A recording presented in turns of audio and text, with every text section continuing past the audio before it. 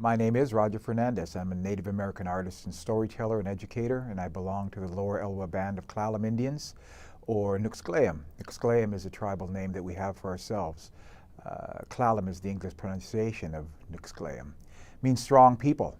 And I'm also Makah. My great-grandmother was married into the Makah tribe as a young woman, and so we also were related to the Makah people. I've been asked to talk about storytelling today, and that's a very complex issue, which is also very simple. So I'd like to approach it from the simple angle first. Storytelling is one of the most basic ways we human beings have of communicating and sharing and learning and teaching. If you think about it, all the modern things we rely on today for education, like books and writing, computers, videos, all those things are predated by storytelling. Storytelling is the oldest way we have of doing all these things. And so I'm going to talk about storytelling, I think, in the context of learning, especially for children. Storytelling is a way of explaining the things that can't be explained. Science is very, very important. Science has a very important role to play in helping us understand the world. For example, science can tell us how big the sun is. Science can tell us how far the sun is from the earth. Science can even tell us when the sun is going to burn out. But science cannot tell us why the sun is. Why is the sun there? What is the meaning of the sun? How did it come to be? Science cannot explain those things, although it's trying. Science tries to explain these things, but they fall short because, as I was taught by my teachers, we have different ways of learning. We have a learning for here. That's reading, writing, arithmetic, computers, history, science. That's for the brain. That way of looking at the world is very important. We need to have that to understand how to live in that world. But there's another kind of learning, and that is for here, the Native people say, for your heart, for your spirit. That explains the meaning of things.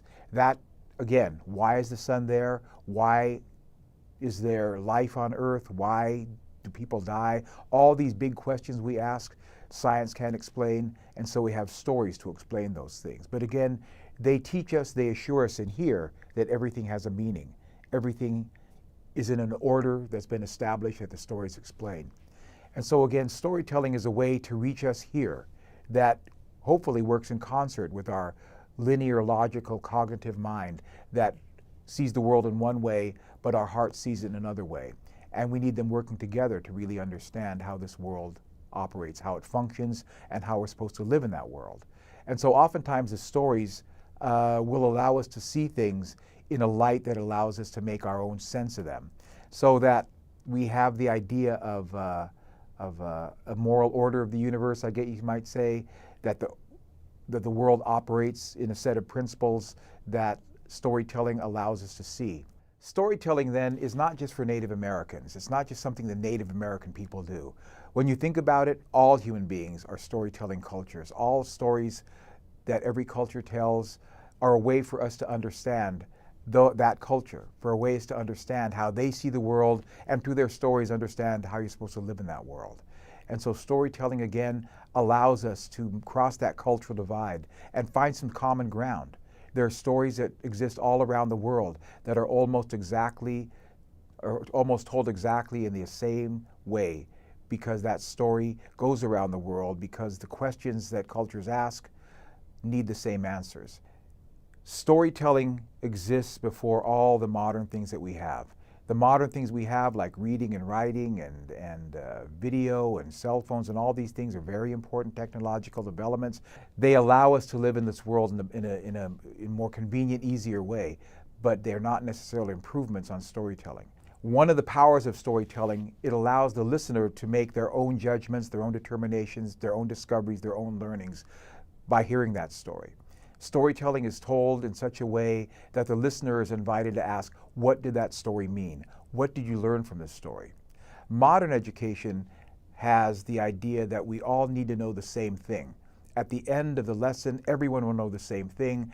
That's why we have tests, that's why we have quizzes, that's why we have homework, to ensure we all know the same thing. And that's powerful, that's important at its own, within a certain context. But for Native culture, the idea that each listener divines or finds their own answer, their own meaning, their own teaching from the story is equally powerful. that each person needs to be able to look at the world and define it for themselves within their culture, and then also find a way to live in that world according to the teachings of their people and their culture. So storytelling has an open-endedness to it, I guess you would say, that allows the listener a part in the teachings of that story, in finding the teachings for themselves and sharing the teachings through that story on their own.